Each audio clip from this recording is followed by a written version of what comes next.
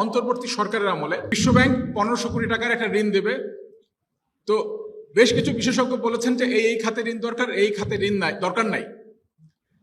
কিন্তু বিশ্বব্যাংকের কাজ তো ঋণ দেওয়া। আপনি চান বা না চান, সে ঋণ দিতে পছন্দ করে। আপনি ভালো কাজে লাগাতে পারবেন নাকি খারাপ কাজে লাগাবেন সেটা আপনার সমস্যা।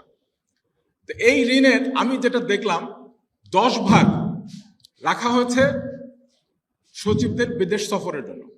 তার মানে 1500 কোটি টাকার মধ্যে 150 কোটি টাকা যাবে সচিবদের বিদেশ সফরের জন্য। 14% রাখা হয়েছে কনসালটেন্টদের জন্য। তার মানে এই কনসালটেন্টদের একটা বড় অংশ আপনারা দেখবেন কারা কনসালটেন্সি করে,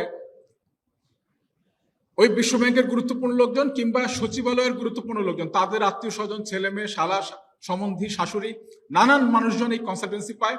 কোনো কোনো ক্ষেত্রে কিছু ভালো মানুষও নিশ্চয়ই পান, কারণ কাজটা তো শেষ পর্যন্ত বের করে আনতে হবে।